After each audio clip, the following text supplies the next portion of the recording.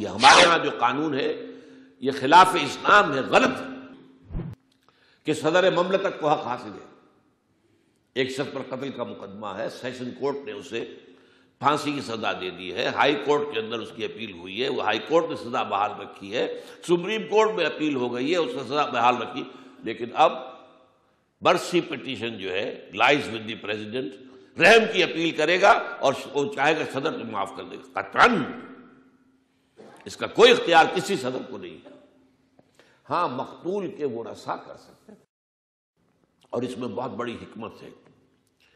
مقتول کے ورثاء آپ سوچئے، جیسا کہ ہمارے ہاں خاص طور پر دیہات میں اب بھی ہوتا ہے، قتل کے بدلے قتل، پھر قتل، پھر قتل، ایک سلسلہ چلتا ہے۔ اگر کہیں ایسا ہو جائے کہ ایک قاتل کو، جس کو اس نے قتل کیا تھا، اس کے جو ورثاء معاف کر دیں، وہ راستہ ختم ہو جائے گا، نہیں آگے قتل کر دے گا۔ انہوں نے اتنا بڑا کرم کیا ہے، اتنا بڑا جو ہے اس کے اوپر احسان کیا ہے، اس کی جان بخشی کی ہے، لہذا اب اس کے جواب میں کوئی قتل نہیں ہوگا، سلسلہ جو ہے ختم ہو جائے گا۔ لیکن یہ مقتول کے ورثاء کو حق ہے، صرف کسی اور کو نہیں ہے۔